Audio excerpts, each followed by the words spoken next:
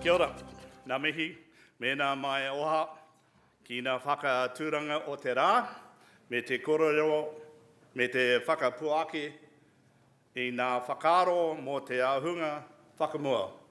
Greetings and welcome to today's presentation and talk, sharing ideas about shaping our slice of heaven, regions of opportunity, presentation and a panel discussion, all coming up shortly. Brought to you by Te Waka, the Waikato Regional Economic Development Agency, excuse me, and Deloitte. Thanks to Montana Food and Events who have provided the refreshments this afternoon. Now you will have found on your chair a program which will tell you a little bit about our speakers and panellists. You all should have received the Deloitte Shaping Our Slice of Heaven report, which came out over email. Now, later on in the session, you'll have the opportunity to share any questions you have with our panellists. But before we begin, I'd like to introduce Te Waka Kaumātua, Tame Pokaia. Tēnei te mihi atu kia koe e te rangatira. Koe te tui, kete te kākā kuku te kereru, e mō te ngākau. A lot of different birds sing a lot of different sounds, and those birds are only heard in this part of the world. Ko ngā kupu tuatahi kia hāpai ki te rangi, kia hora ta marino, kia whakapapapau namu te moana, kia tere te kārohi nohi i runga i te tangata, e arahi i tōna waka. And first words goes to the Creator so that he puts his blessings on all of us assembled here this evening to guide and unite your waka, our waka, and New Zealand's waka as we move forward as one. Ki te honga ko whetu rangitia ko huri hea hei karupi i atata mō matariki, koutou i ngaro i te tirohanga kanohi. Te rā o ngā kaumātua kiingi porema, ngā mate i Wainganui i atātou, hoki atu koutou ki Hawaii nui, Hawaii roa, takahi te ara ki te kāinga mo te hunga ko whetu rangitia. Our loved ones, our bereaved that have lost beyond the veil, gone to the night, we farewell you, return home to that place where the spirits gather, return home to Hawaii nui. Koutou I hara mai I te pōnei, koutou I hara mai I tō koutou rohe, tēnei te mihi atu kia koutou katoa, rāwiri te mema o te whare miere, te whare paremata, kānui te mihi atu kia koutou ngā mema, ngā koro matua, o tēnā kaunihera, tēnei te mihi atu kia koutou, tēnei te mihi atu ki ngā rangatira, I huitahi nei mai tō koutou rōpu, ngā miro mā, miro whero, miro pango, tēnei te waka o tainui e mihi nei kia koutou, tēnei te waka o te waka e mihi nei kia koutou. To our community leaders, members of Parliament gathered here this evening, our mayor and mayoresses from the different regions, the business community leaders, and our community members, we greet you once, we greet you twice, we greet you 3 times. Welcome to this special occasion as we put our minds together and listen to our presenters tonight to build and strengthen our region, which is called Whakairo I te tehi wāhanga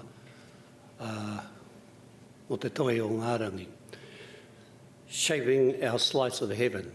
That is the theme this evening, Dallas, and thank you for making that theme. Made me think a lot about that title, and you probably would not ask me that question back in the 70s when I was a little teenager, because I sang a song similar to that, and it was by this man called Mr. Robert Plant, and it was called Stairway to Heaven. So I know this is a different theme about building and uniting, but when we talk about music, I want to decline being stars in your eyes judge, because some of the lyrics today just burnt my ears. Some of those F words coming with the new brand of songs. Definitely love Stairway to Heaven. E te iwi, tēnā koutou, tēnā koutou, tēnā koutou. I greet you once, greet you twice, greet you 3 times. Ronnie. Kia ora, au kia mātua, tame pokaia. Thank you very much. He mentioned in his talk about all the pretty birds that we see in the songs that we hear from those pretty birds. We won't do anything with the song, but I will acknowledge all the pretty birds that we have here. All right, on our program, we'll hear first from our two speakers, followed by our panel discussion, our panelists sharing thoughts about their industries and how we could possibly help one another. Our first speaker, I must do some housekeeping. A non-smoking venue. Smoking is allowed in the designated areas outside the building, bathrooms through the doors behind me and almost directly opposite the doors. Evacuation point should an emergency occur. We ask you to go out onto the grass area in front of the conference centre or the gravel car park at gate 5 at the back of the conference centre to the left. We ask you to please notify Claudian staff immediately of any accident, incident or emergency. To our first speaker for shaping our slice of heaven, Regions of Opportunity presentation, it's our pleasure to welcome Liza van der Merwe, the Associate Director of Deloitte Access Economics, a professional economist with extensive experience in econometrics and economic analysis in relation to competition and regulatory matters. Please welcome Liza.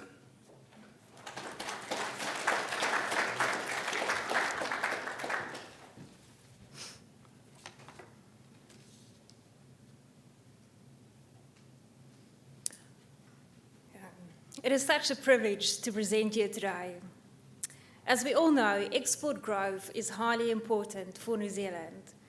We are trade dependent, with exports directly contributing to about a third of the country's output. Export industries like tourism and agribusiness also provide a very strong anchor for the New Zealand economy. From a regional perspective, over-reliance on a handful of urban economies such as Auckland, Wellington and Canterbury to provide growth for the entire nation can leave New Zealand vulnerable to economic shocks. For instance, a shock to an urban centre in the form of a downward property price would likely soften consumer demand due to declining wealth and reduced consumer confidence. So this begs the question, what role regions across New Zealand should play in supporting overall economic success? And how do we build resilience in our regional economies? And what role do exports play within this picture?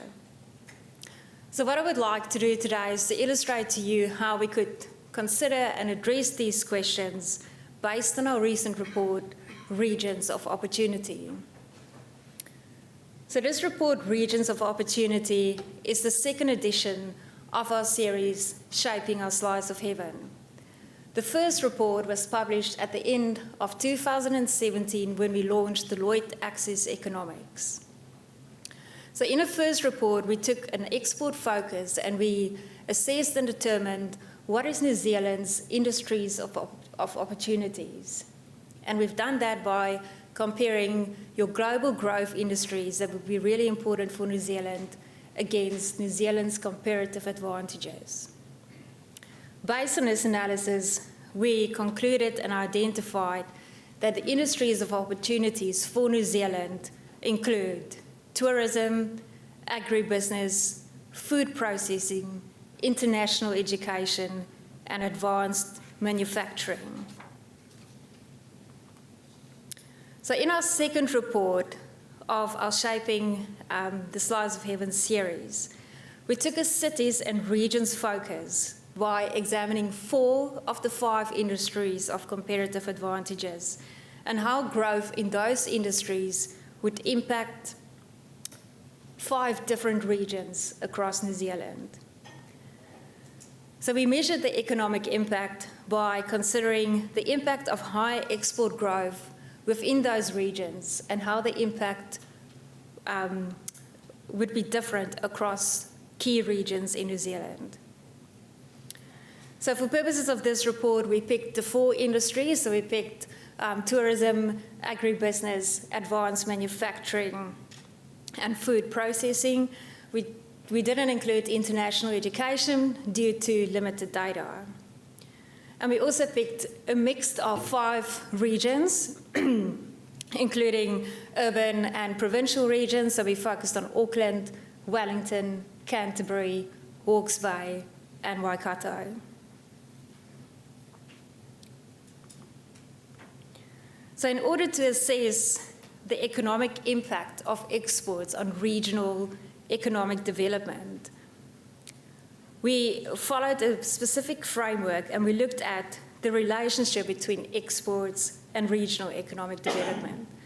And it's also in my view that regional economic development really has the power to transform our industries and regions today. So if we look at the relationship between exports and regional economic development, in my view, there's really 4 key drivers of regional economic development, and all of these drivers are interlinked. The first driver is your extended reach and geographic access. And this is really the primary way that businesses interact with the world today, is through trade inflows and outflows, our exports and imports. Then we have productivity. And as we know, there is a great need to address productivity in New Zealand today. And we can really do so by building on our comparative advantages through innovation. The third factor is around our local strengths and opportunities. So each region has its own strengths and competitive advantages. Some regions feature niche industries, while other regions have a competitive advantage in, for example, climate. And then the last factor is around optimizing resources. And this is really about how can we optimally allocate our resources, the country's rich but limited resources, efficiently across all of our regions. So in using this framework, we assessed what is the impact of increased exports across all the regions. Thank you.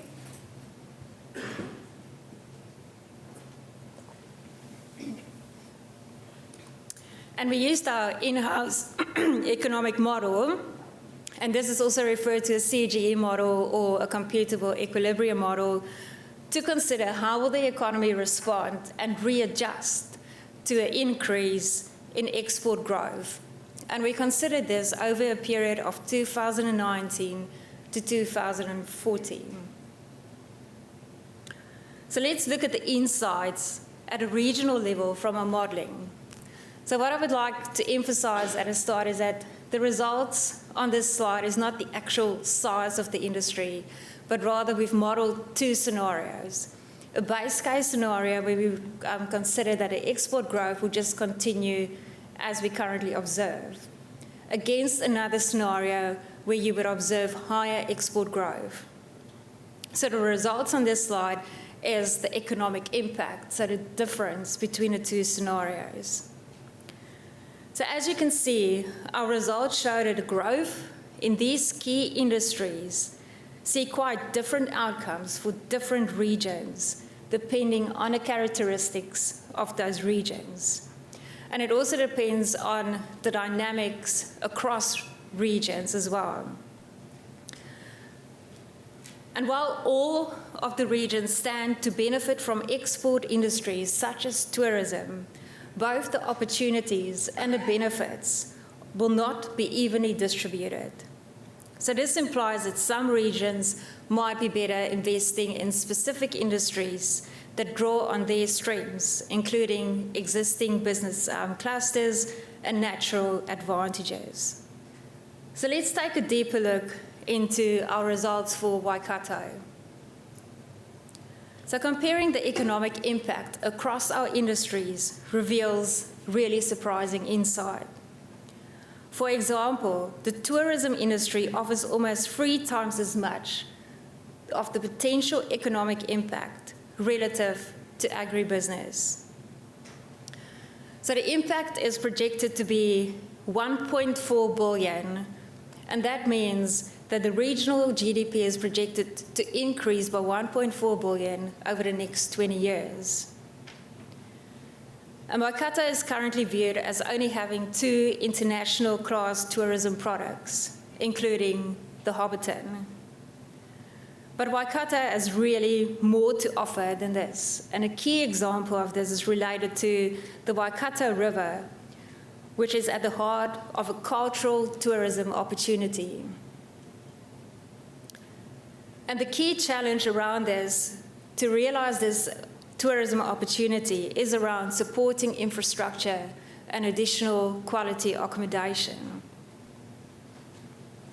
Then if we look at food processing, our model projects that food processing will really benefit quite significantly from employment.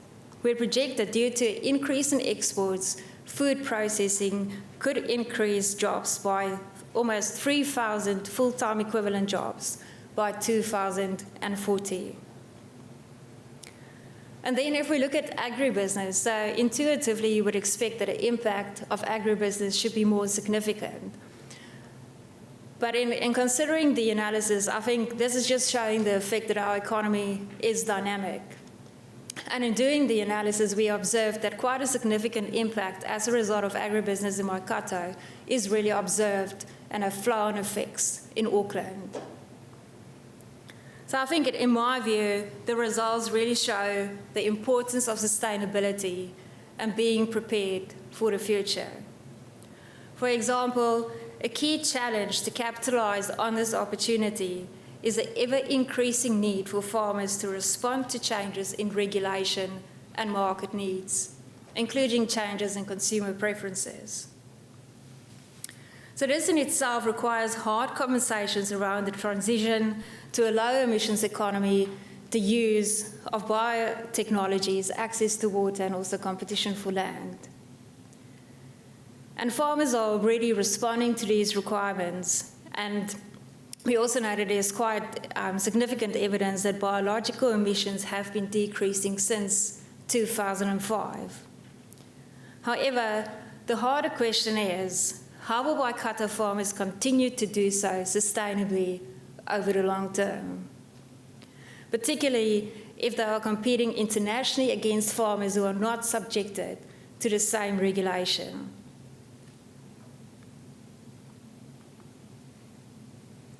So to conclude, how can we build a platform for success for our regions that both urban and rural areas can thrive?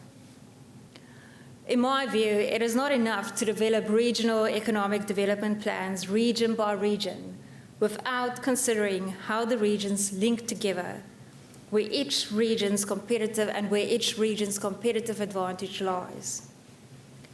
There are some positive recent announcements, including the establishment of the Climate Change Commission, as well as the Infrastructure Commission.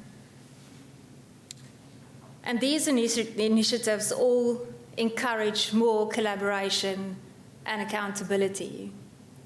But these initiatives are not enough. For our regions to thrive and take advantage of the opportunities that are presented to them, some important questions need to be addressed. For example, how do we ensure that growth in Auckland does not shrink or have a negative effect on other regions? And as New Zealand transitions to a low emissions economy, how can we ensure that the learnings from the Taranaka's Just Transition Programme are shared across all the regions in New Zealand, including Waikato? And how can we create a positive business environment within regions and also across regions? And we all know that a good business environment reflects the region's economic soft power, which is a vital part of comprehensive competitiveness.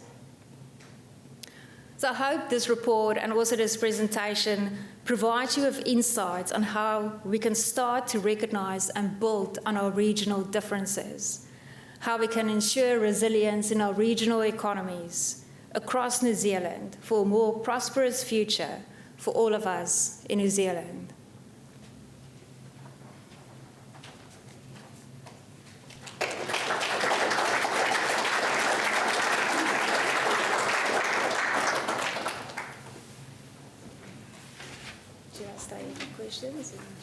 Should I stay in for questions?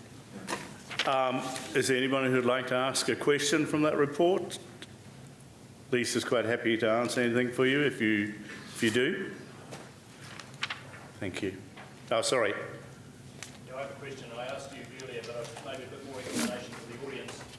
The fact that most of the growth in agribusiness happens in Auckland, can you just explain again a little bit more why that effect comes out in the report? Sure, so the effect is really coming out in a report because as evident in our model is that we have really a dynamic economy. So as a result of the impact of agribusiness in Waikato, it really has a very indirect flow-on effect on Auckland. And that is the reason why we see quite a significant impact in agribusiness in Auckland as opposed to Waikato.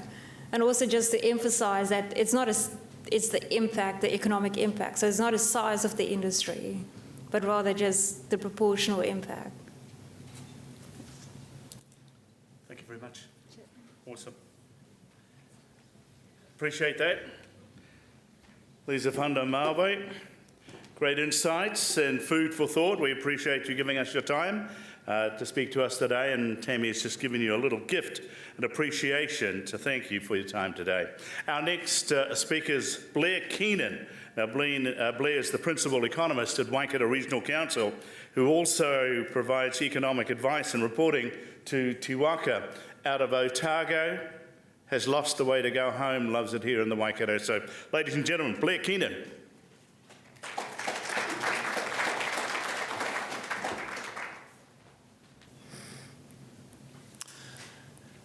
If you want to know how to make an economist squirm, go back and look at what they were saying 2 or 3 years ago about what's happening now and check in with them to see how that's going. And before you grab your phones out to look up what I was saying 3 years ago, it's not easy, especially when economists tend to put numbers to things, so it's a pretty hard test. If you're the sort of forecaster that says, chance of a shower later, then there's a bit more wriggle room. There's another way of looking at the future. I think it was Peter Drucker, or it may have been Abraham Lincoln or Mahatma Gandhi, depending on which Wikipedia page you landed on, who said, if you want to predict the future, the best way of doing it is to build it yourself. 5 years ago, Waikato Means Business, which is kind of the forerunner of Te Waka, published its first economic development plan. And in that plan, there was 2 overarching focus goals. The first one said that we want to grow the economy on a per capita basis by 2.8% per year for the next 20 years, which is pretty ambitious. The blue line there is where we were at, and the red line was the goal. So how are we doing? Well, we've had a bit of a slow start, and to be fair, you probably shouldn't expect too much too quickly. And I can think of other slow starters who have done okay.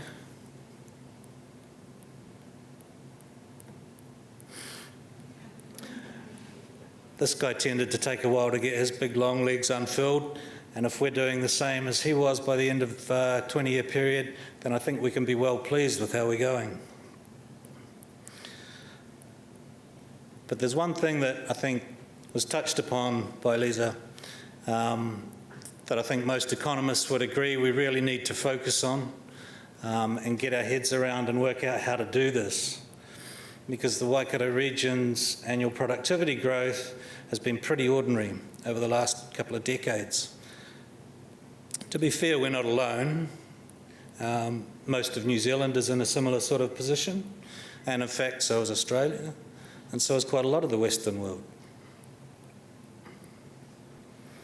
But the green line there is what was assumed in the original 2.8% per year prediction, that we could grow by 1% in terms of productivity every year for the next 20 years.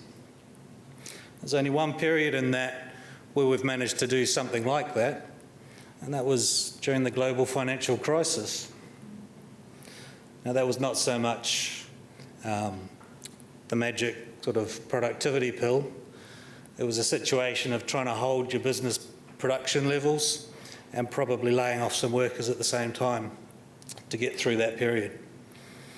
So it's not a sustainable sort of way to do it. It's just the way that we measure it. More recently, things haven't been that flash either. But there's also other reasons for that as well. A lot of that's because there's been a big influx of population to the Waikato. A lot of people moving down from Auckland or from Otago, like I did. And that means that it takes a while for that adjustment to flow through. But if you go back to basic economics, we talk about factors of production. So that's the things that go into production to produce your profitability and your economic gains. And in the simplest model, there's two: labour and capital. And there's lots of different dimensions to those things. With labour, it's not just the amount of people that you've got, but it's also the quality, which can be education and health and all of those things. With capital, there's an increasing recognition that there's lots of different types of capital. It's not just, when I think about it, because I was trained as an economist back in the 1990s, I still think about manufactured capital or financial capital, factories and machines and computer software and those kinds of things. But we need to recognise that there's a lot of other different things as well, and there's probably a bit of spillover between labour and capital when we think about human capital. So that's the quality of your labour force, and that can include things like how well skilled they are, education, but also health and well-being of that sort of thing. We've got social capital, which is the institutions that kind of bind us together, the rule of law and democracy and those good things.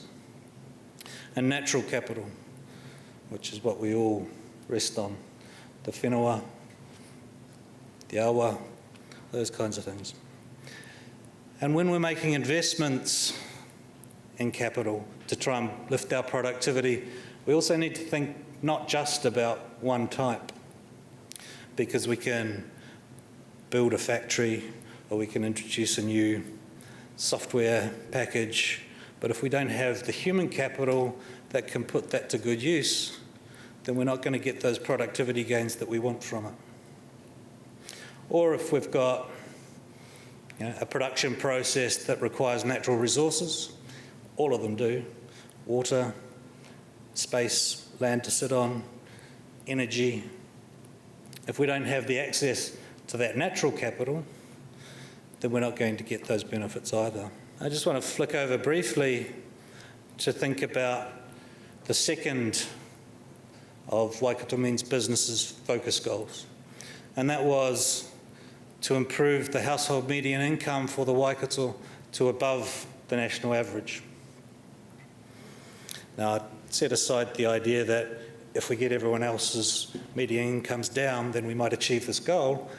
I don't think that's what we're trying for. And if we look at from 2014, we're actually not doing too badly. But 2014 was a particularly poor year, so we've got a low base to start from.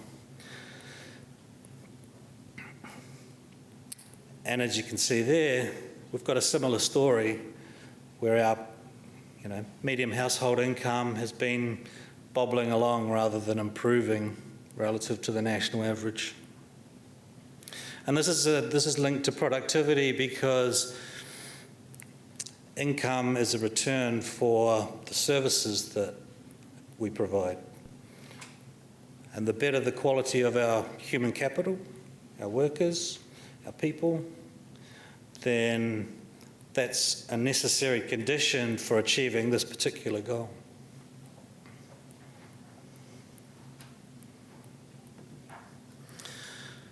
So finally, I just want to wrap up by saying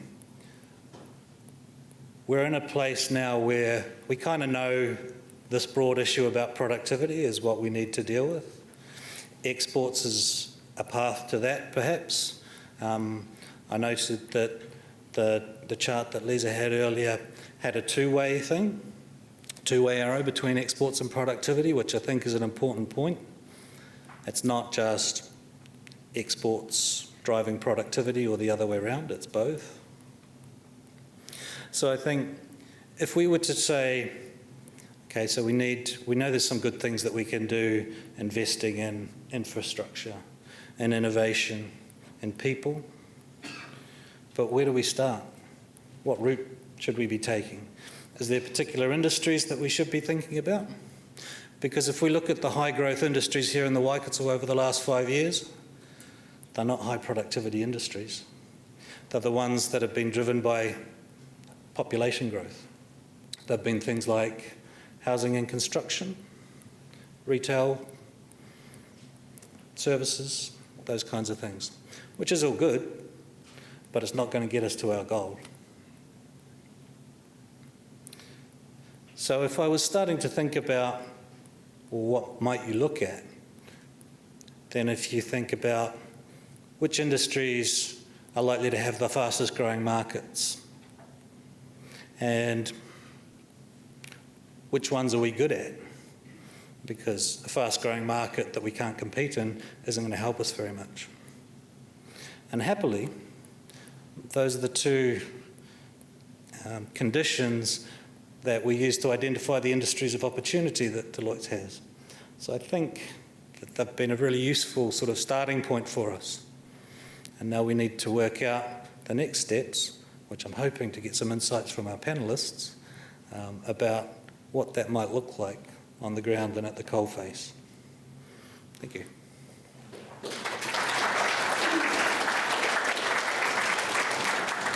We'll now move on to our panel discussion. We welcome our panellists. Dallas Fisher will be today's facilitator. Alongside him, Russell Alexander, Wayne McNee and Dacey Balle. Dacey, come on up. We're going to set up a table and chairs up here, so just bear with us for a second or two. For those of you tucked around the corner, there are some empty seats here in front, which you're probably going to get a better view of our panellists. They are quite attractive to look at. So please feel free to shift so you get a better view.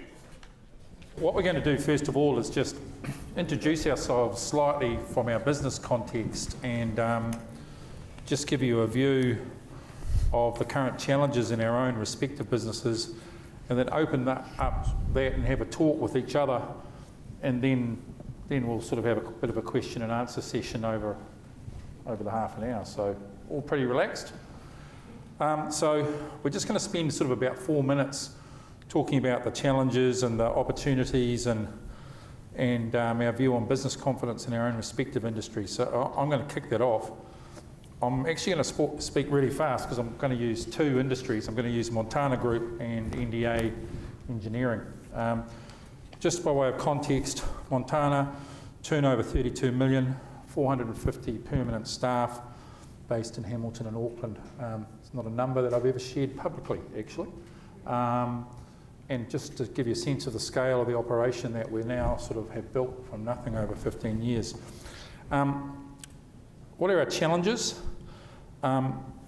In Hamilton, it's probably the next level of quality accommodation for the city and the region.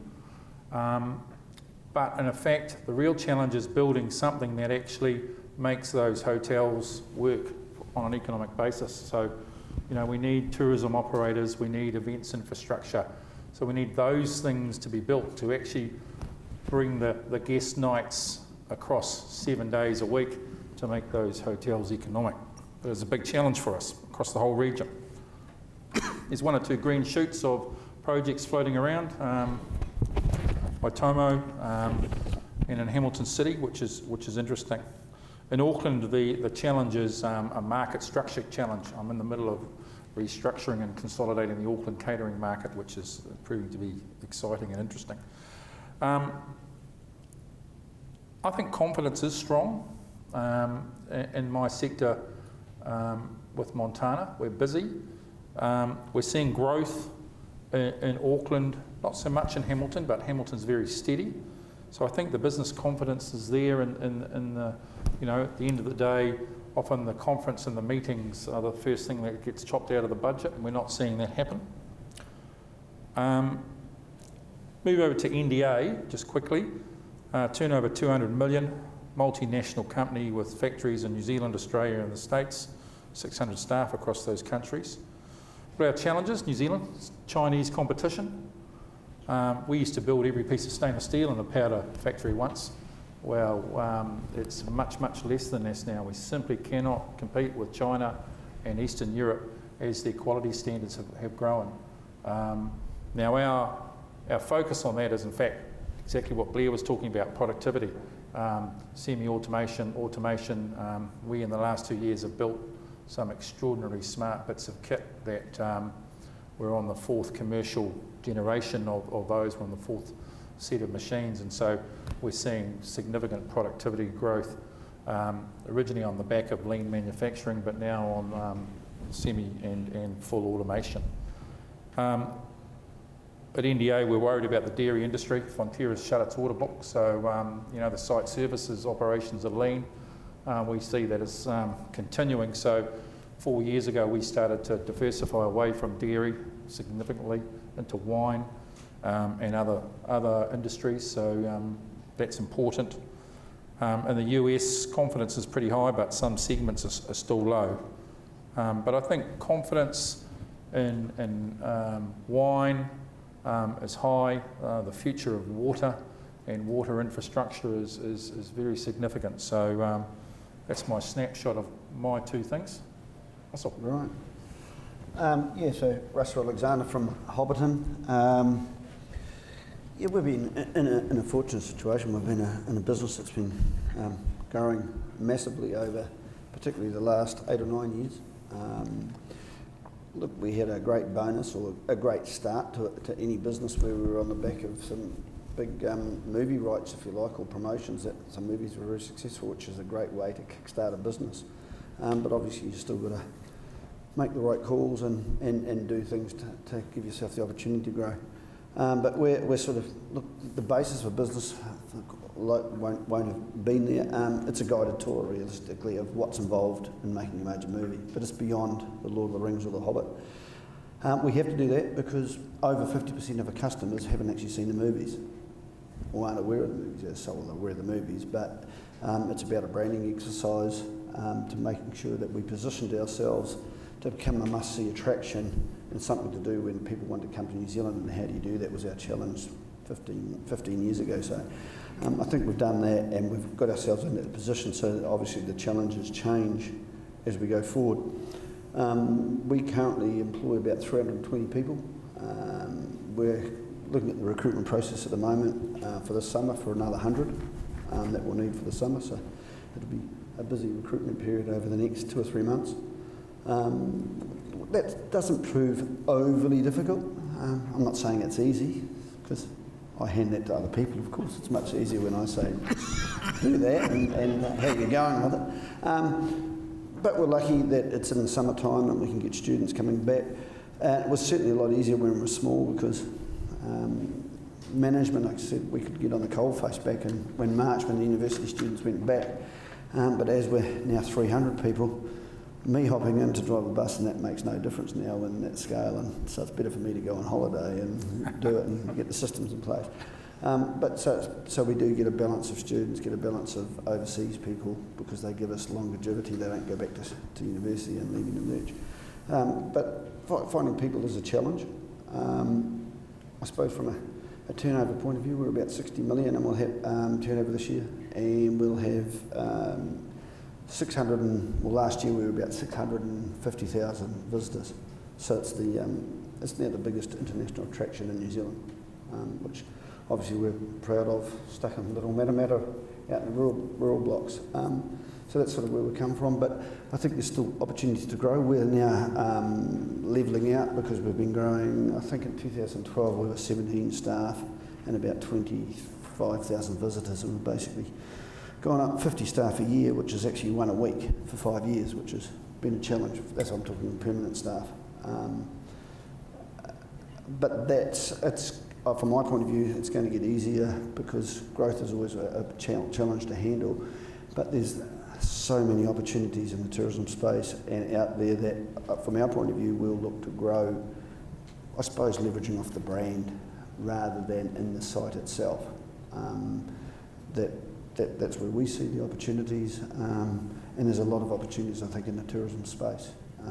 And I think Waikato is uniquely positioned for that, for the main reason is we're 2 hours south of Auckland Airport.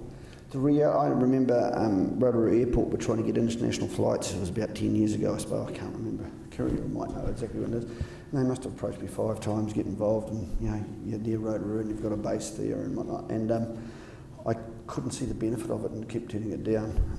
They were going to get 3 flights a week or something into Rotorua, and am I going to get 10% off each flight? I was thinking, okay, it might be a bit easier in base. Have a look at it. The international gateway's 2 hours north.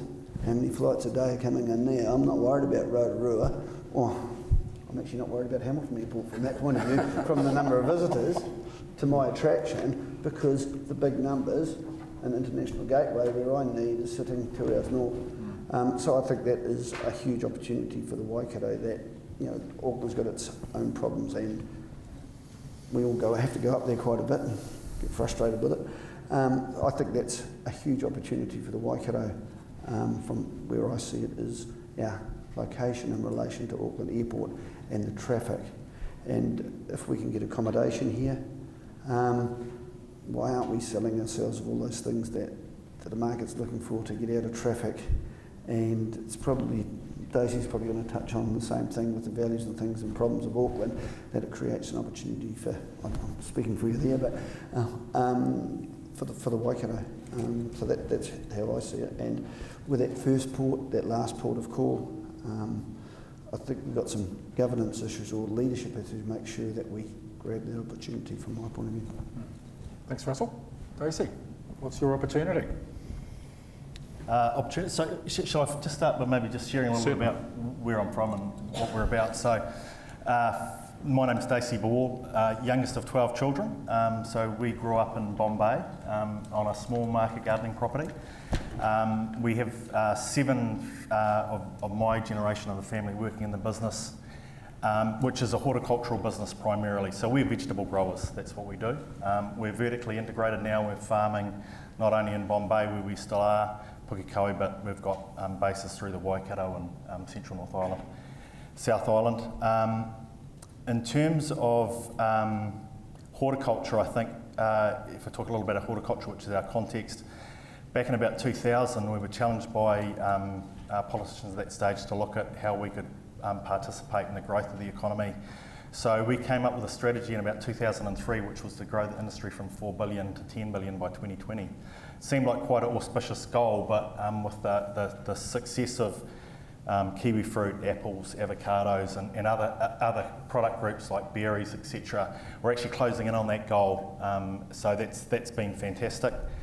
In terms of vegetables, which is what we do, rather less glamorous, but nevertheless it's still an exciting place to be in this time of health and well-being, with this renewed focus on health and well-being. So that's a really exciting opportunity for us. I think that also the New Zealand story, which is a great story that plays offshore. So sorry, I just also wanted to point out that vegetables, we're 50% domestic and 50% export. So quite a nice balance, and we really like that. Our own business, we employ, we have 300 people in the team, and we're growing 150 million kilograms of fresh produce every year and serving that up every year. So that's where those opportunities are for us. In terms of constraints, I think, and this is speaking right across the country, it's access to natural resources is really something that's affecting our sector. So just I guess sensible access to natural resources is really important for the growth of horticulture. It's also about the infrastructure, so the public infrastructure, roads, rail, that's really key, and also emerging is access to energy, which is sort of well publicised, but the future access to energy for food processing is going to be really critical. I think that'll be a critical thing for the Waikato. People are always, it's always about the people, isn't it, at the end of the day? So having the right infrastructure to attract the people, that's really key to get that bit right. I guess from a Waikato context, what I seeing is I live in Auckland and drove down today, and I spend a lot of time on the roads, as I'm sure others do, but that pressure of resource in the Auckland region is just creating opportunities in the Waikato that's really clear to see. But getting some of those, I guess, policy settings right to attract that growth, it's not so much grabbing it from the neighbours, it's just capturing it as it before it goes past.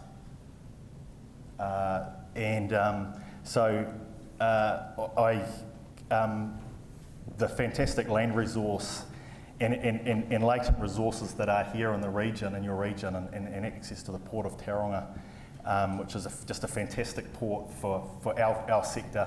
That's really, really good asset to have.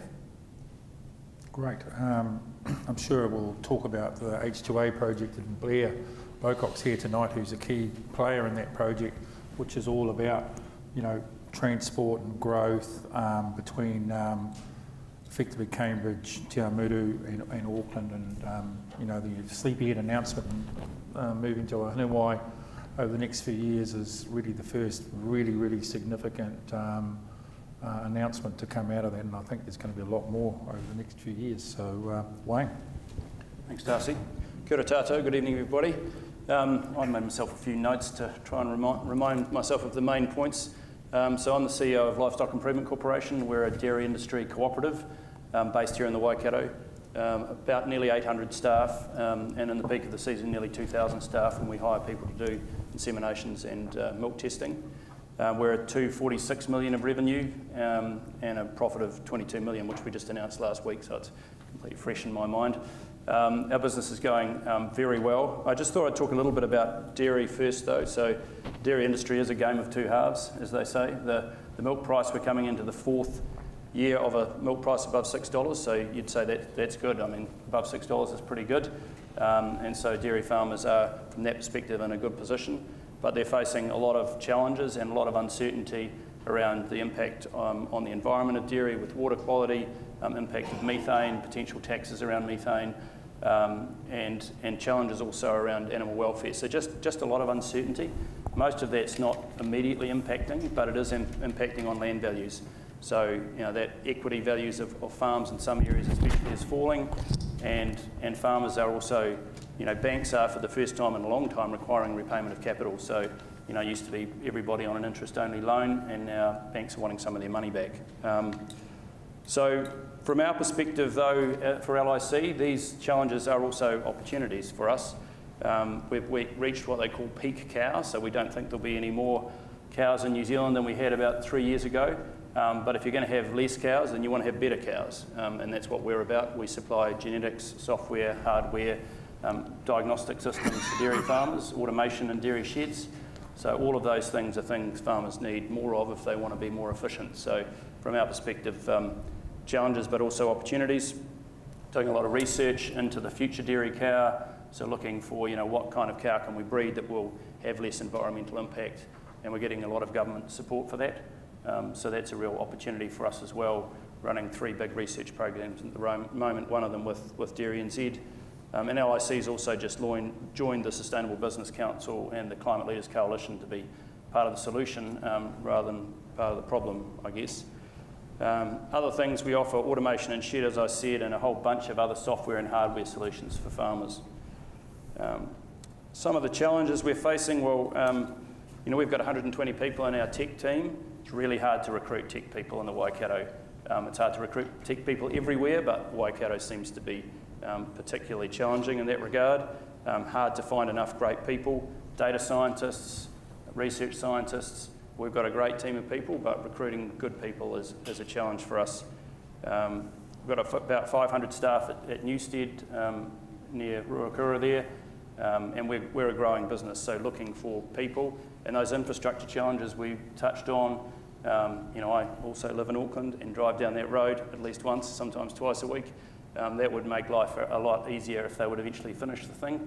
But also just accommodation in Hamilton is a challenge. Like we bring a lot of people in, and just finding places for them to live here is a challenge for us too. So, lots of upside in that, but also some challenges.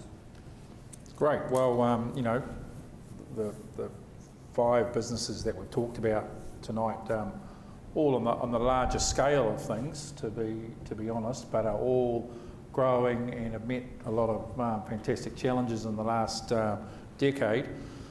It's not often I make such a big mistake, but I remember going out to see you a number of years ago to talk catering at Hobbiton, and I couldn't quite get my head around your forecasts.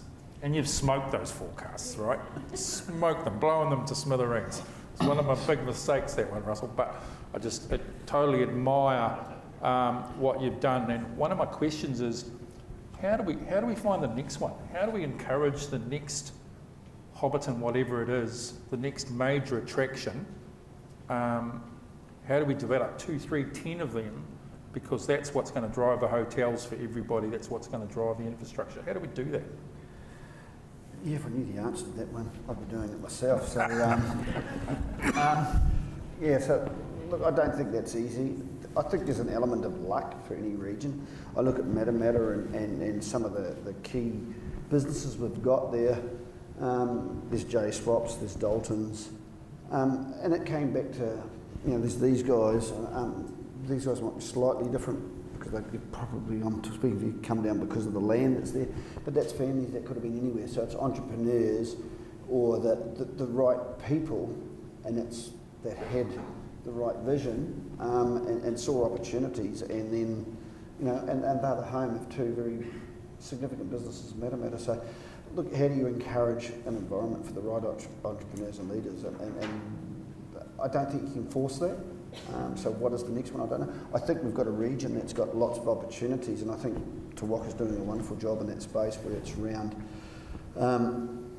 the river, and there's some through the Mary stories we've got.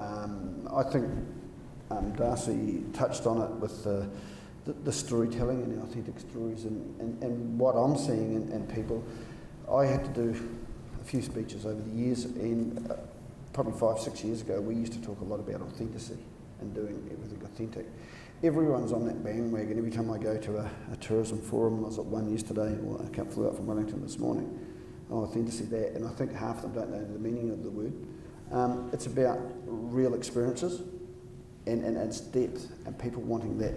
So I think authenticity is the right word, but it's been mellowed to what really is, and it's that farm to table story. I think it's a Waikato position that we can get, and part of that, more businesses will grow out of that if we can own that authentic space and that real experiences, and whether it's organic or whether it's green, whether we've got the competitive advantage over a lot of regions, and we've got the location as well, and if we can meld all that together, I just feel like what you guys have identified and talked about, the world's our oyster. I agree. I mean, anyone who knows me very well, I want to get things done reasonably quickly, and it's a trade-off, isn't it, between rip, shit and bust, and really getting that authentic, deep experience in the visitor thing going, and I think we need to develop absolutely critical partnerships within the region. Just to put a Te Waka project out on the table, we're trying to build with Hamilton Waikato Tourism a strategy paper for government that doesn't just look at one project or one thing in the authentic cultural tourism and education space, but a system, right? To build a system from when you get into the Waikato right down to you leave, and east and west, so that it's all linked together and we develop this whole industry, and we can focus on an industry rather than little bits and pieces.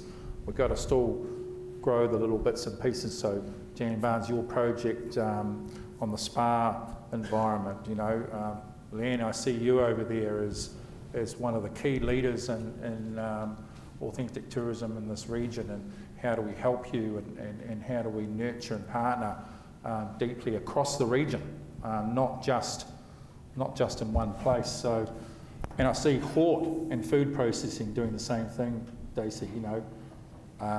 At a big event at Waikato Stadium, I buy a ton of his chips. You guys have probably all eaten them. Thank you. But, you know, how do we get that next level of food processing? How do we encourage that? You know, what do you think? Well, I guess it starts with things like market access and having access. I guess if I'm referring here to a global context, and I think that's where, if you're really looking to overperform in terms of growth, you've really got to look for export, and the Waikato's well placed for that. So it's making sure you've got access to the markets you need, and that's things like bilateral and multilateral trade access, as well as the practical features like making sure you've got enough of those infrastructural resources in the area that you want to be. And I think, to be fair, there has been some constraints on infrastructure that have probably prevented some opportunities from going ahead within the region, and maybe within parts of the region that could probably do with a little bit of development. Yeah. So, that's, I do come back to that infrastructure one. Maybe thinking a little bit outside the square there, from our own perspective, as vegetable producers, we've got to think beyond exporting water and how we can export nutrition other than just water, and that's probably thinking a little bit outside the square. That's a real future story. So we're not exporting a sort of high volume product overseas, which is not necessarily that efficient, and maybe not long term the best thing all year round. Yeah, right. That's really interesting. I mean, I'm originally from Gisborne, and a guy called Murray McFall started putting lettuces in plastic bags, and everyone thought he was crazy. Well, you know, who hasn't bought an iceberg lettuce at the supermarket once a week for the last 6 months? You know, that's the sort of thing we've got to, you know, the development of ready cooked beetroot into packaging in the supermarket thing. You know, those sorts of things, developing those products that we can use. So, sorry if I just jump in there as well, Dallas. I think perhaps also, maybe inspired by Murray McFall, you know, and he was great at always looking globally. Like, he didn't have to do everything. He didn't have to prototype everything. He travelled a lot, looked at what was happening overseas, looked at trends, and then brought it back to New Zealand and brought it back to a New Zealand context. Yeah. Let's learn from other people as well. I totally agree. Wayne, peak cow. It does worry me because, you know, whilst, and I think the Deloitte work shows that the big growth is not going to come out of agri because we're there already, and just how do we not slip backwards, you know. I think that is a concern. I think a bigger concern is just the support industries around dairy in particular in the Waikato. There's a lot of people that depend upon their incomes out of those support industries, and the checkbooks are being tucked away at the moment, pretty strongly actually. And, you know, how long can we continue to do that, and how do we diversify it? What do we do? Well, I think, as I said earlier, it creates an opportunity as well, so you might not have more cows, but there's a real opportunity in agri-tech in the Waikato. We've got Gallagher's representation here, our business as well. We both export agri-tech overseas, and we're growing that, both of us growing that export business, so good opportunity there to grow something that we're really good at. And some of that technology also helps farmers be more efficient, so lowers their costs, reduces their labour cost, helps them with animal welfare. So there's lots of opportunity with agri-tech, and I think I was at a session yesterday talking about it as well. It's a real opportunity for the Waikato to be a leader.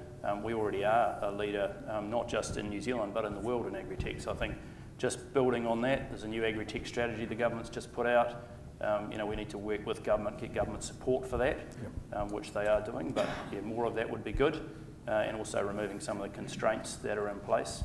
Just going to, you talked about the access to people and particularly high skilled tech people and so on. Do you think you've got enough contact with the university and what will be a mega technical institute over the next few years? Have you got enough interaction with them to get the pipeline that you need? Yeah, we have some. Maybe we could do with a bit more, especially when I was hearing that news today around the new Technical Institute idea that the government's going to implement, so maybe a bit more of that. We do have a pipeline of people coming through, but you know, we're a high value employer and increasingly looking for people at the high end of the value. So looking at those numbers before around, you know, what people are paid and productivity, you know, we're really focusing at the top end of that, and we've just built 5 robots in the Waikato that are going to replace a number of people working in really low value jobs, but at the same time we're still growing, so you know, we're adding more people at the top end. So yeah, opportunity to grow more people through the Waikato, through the university, through the technical institutes sounds like a good thing to me. Right. One of the things that Deloitte have talked about in their report is regions working together. I actually crossed out regions in the notes and put the Waikato working together first, right? Because we've got to get our own house in order a little bit. I guess one of the drivers for me in the Te Waka to date was to get the Waikato working together in economic development sense for really the first time. And I said to both Harvey and Michael over the last 12 months, it seems to be going well, and it's just, I think everyone realises now is the time, we have to do it, and if we don't do it we will just be left behind in the race for the resources and so on. So how do you think we can work together more as a region, guys? What are you seeing around there? In the brief you guys gave, I had to browse through it, and the common theme there, I did some scribble things here, came through, was collaboration. And I think we've got to work together as a regional thing. And if I try to use an example, that the average tourist might come from Auckland, go to Waitomo, come through Cambridge, end up at Hobbiton and Rotorua. How many district councils have they just passed through? And when they go through a country road changing from Waipa to Matamata District Council, excuse my French here, but do they really give a shit? They see a sign that says you're now in Matamata and now it's 5 metres away, you're in Waipa. They're going to destinations, and I think we've got to get away that and work more regionally, and I think that started actually. Hamilton has to lead that. I've used this, some of you have probably heard me a few times on this one say, but is when I look at, you know, where Hamilton a few years ago, and I'm glad it was saying where they're trying and where, I always felt they were going alone, but where did the Waikato start? And it started from the regional towns, and I look at, in the centre of Hamilton, and I've said this many times, what are the biggest brands? It's the Waikato River, the Waikato Rugby Team, the Waikato Hospital, the Waikato University. I remember telling some people at Hamilton at the time, I said, when you get those brands to change them to Hamilton Rugby Team, good luck, Hamilton University, good luck, etc., I agree with going that. But the Waikato and us working as the Waikato, and you look at our strengths, it's the Raglins, look at Cambridge, and I know the bypass has gone strength to drink, and we've got the Karapera Lake and Don Rollers Centre, and we've got the Vanti Drome, we've got Matamata with Hobbiton, and there's so much in the Waikato that to me, Hamilton, I'm probably here once a week. It's the centre, that's my big brother. That's where I go for the core business. And I think we've just got to be collaboratively and work together, because there's so much going on in the Waikato, and that's our point of difference compared to other regions in New Zealand where Canterbury is Canterbury sort of thing, but we've got all this other strengths. And there was something that we drove a year or two, which I've got to pick up again in Matamata, but we're sort of the best of country life. And there's so much theme going through with our food, our tourism, our... and I think that's just the sheer quality of our lifestyle. And I look at our bigger companies that are in Hamilton that are so important. Where did they start? And I did write them down, and it was like the Gallagher. They came out of agriculture. If you're way back, I assume now. I look at Perry Group. You know, I know Richard's here. Where did they start? And they're now the centre in Hamilton. But that's our strength, is this wider region. And what a wonderful scenery and landscape. Listen, you're not going to get any argument on this from me. I think most of you know me well enough that I think the whole has got to be built and work together. I think, you know, there's a few senior politicians in the room here, and all of them will be they're nodding. I am concerned that part of Hamilton is saying, yep, but part of it is sort of not. And I think we've got to be, you know, the people in this room have got to drive the political leaders of Hamilton to make sure that we're not becoming insular again, or we're not trying to control that Hamilton is working with people. It is absolutely fundamental to the success of the region and the success of Hamilton as well. Dacey, you're working on a project. So there's a project going on around growing industry, mainly food processing in Waharoa at the moment. Tell us about that. Well, I guess why did we come down to the Waikato? And I remember as a young fella being told by our uncles what a wonderful place that Waharoa area was, and my mother was actually born on Wardville Road back in the 20s, so we had sort of quite deep links back to the Waikato. It was sort of almost a mythical place, maybe a little bit like Hobbiton, where we always wanted to go back to and grow vegetables, and we ended up leasing some land on Maybury Road in '93, and I just remember back then Waharoa was a reasonably sort of challenged town in those times, and to see the growth that's happened since the mid-90s, I think there's been some really great things done by a wide group of people. To see a community like Waharoa, the future is looking a lot brighter. And I'd also like to acknowledge my sort of relatively limited involvement with regional politics has been by Mayor Jan, and I've been I think it's been fantastic to see the engagement or the enthusiasm Mayor Jan has got to get things going in the area. So where we see things going is that we do believe that the Waharoa area will be, the wider Waikato will be a food bowl that will feed the whole of the North Island. It also has got that great access through the Port of Tauranga to export opportunities. But to capture the opportunity, we need a few key things to happen for us to get there. There's been a provincial growth grant, nearly $1 million plus. Dacey's company and a couple of others have put a little bit of extra money in to lift that fund up, and that's a major project going on to look at the growth, the infrastructure that's needed, and almost in the whole economy. So where do we get the people? How do we house the people? Where do we get the gas? How do we deal with the wastewater? How do we deal with electricity supplies and all that sort of stuff for what is potentially 2 whole new factories? That if those things can be put in, 200 or 300 jobs, new jobs to the region could go there. So it's going to take some time, but we've got that one kicked off, and that's going, which is quite exciting. I won't call you an Auckland quite. I'm actually from Oamaru originally. Yeah, exactly. But you come down that expressway once or twice a week. The relationship with Auckland and how we partner with Auckland, and how inevitably we want not just to form dormitory suburbs of Auckland in the North Waikato, but to form embedded industry, starting probably in the North Waikato, but growing down to Tokoroa and other places south. How are we going to do that? Yeah, I don't know the answer to that, but I do think the infrastructure stuff is really important. So, somebody mentioned earlier the lifestyle in the Waikato, and a lot of people do come and work for us at LIC for the lifestyle. They want to live in a rural community, and so we do get a lot of people who come for that reason, and that's something we can keep celebrating in the Waikato. It really does bring people here.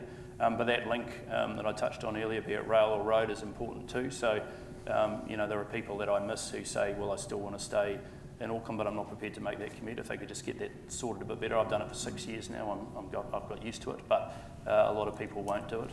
But I do think it is important. You saw the numbers on that from that Deloitte report, how much of the growth will flow from the Waikato into Auckland, but making sure some of that stays here. I still can't quite understand how that formula works, but no doubt we can find that out later on. It's interesting to note that, and Blair could fill us in if I've got this a bit wrong. Where's Blair?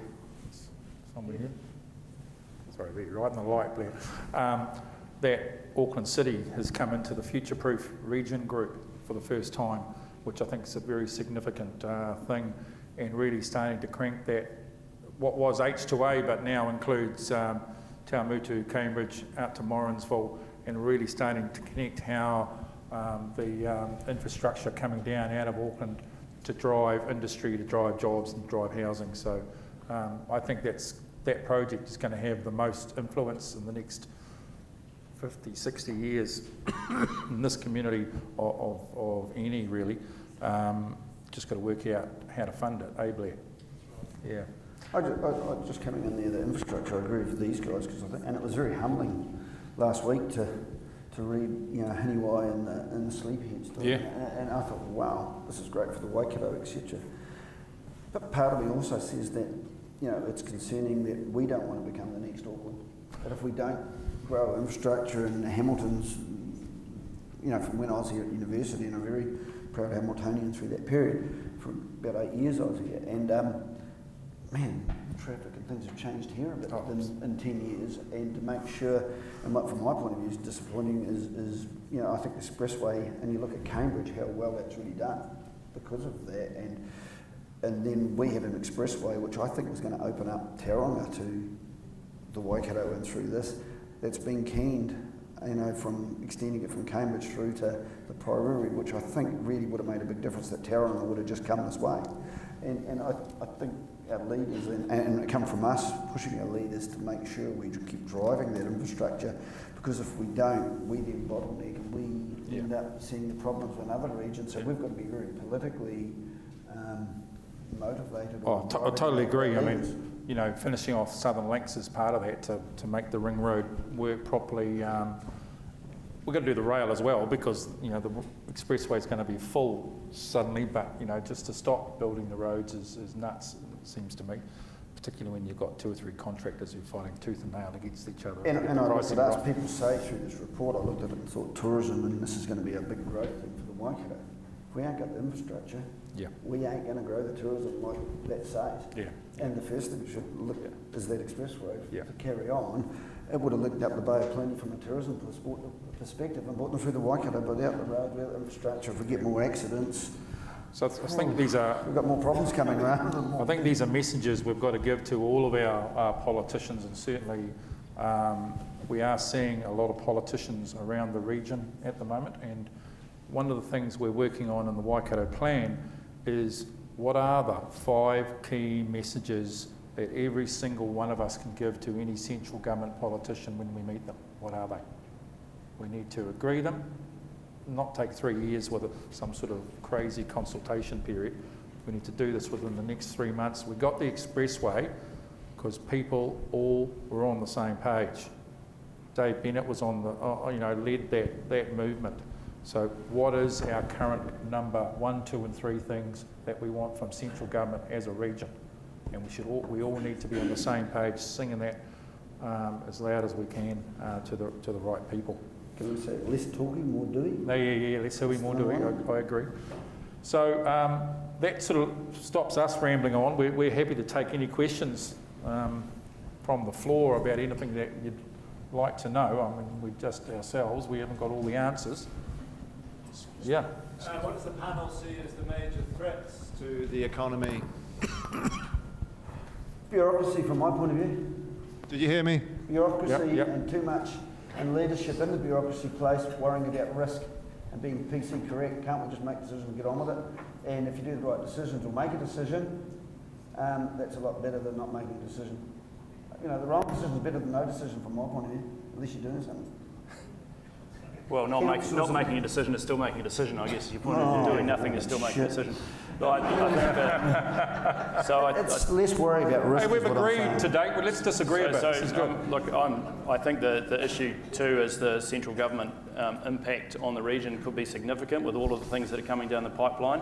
Whatever government's in power, there's always constraints, and there's a lot of constraints coming at the moment. So just getting involved in those processes, having your voice heard, to make sure the economic impact on the region is understood when decisions get made, rather than seeing it come later on. Now, things are still going to happen, but get involved in it. Listen, I'm in the bus industry. Don't know if I'm the chair of GoBus, Ngāi Tahu Tainui GoBus Holdings, largest bus company in New Zealand, and the headwinds currently in the industry almost entirely created by government legislation change and government decisions is simply massive. You know, so we have to be in there working on this stuff. I agree. Yeah. Anyone else? Time for another drink? Yeah, Brian. Brian Hanna, hi everyone, Mayor Waitomo District. So I think Dallas has made some really good points about the region, and because Wellington views Waikato often as horse races and dairy farms in a wealthy area, and so how do we change that focus? And I think one of the key elements of the Waikato plan, the Waikato story development, is the politicians are becoming less involved. Dallas, Lale, the people, the philanthropics, and iwi, we haven't talked much about iwi, have a huge role to play in the development of the region. And so the two mayors that are here tonight are the Mayor of Manamat and the Mayor of Waitomo. So I think business leaders, there's a clear message here. Great to see Blair here, but I don't see one elected member from Hamilton City. So you need to drive the leadership, because that's what's missing, political leadership and growing the region. Half the population representatives are not here. And the learned Alan Livingston on my left and Vaughan behind me, I mean, the Regional Council has been trying to drive a lot of what we're trying to do regionally. So I think there's an election coming up soon, I think, but we need to make sure that the politicians are told that we want to work as one region.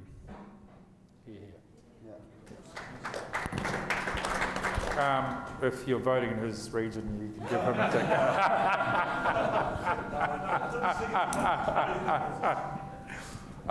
Totally, absolutely agree with everything you just said.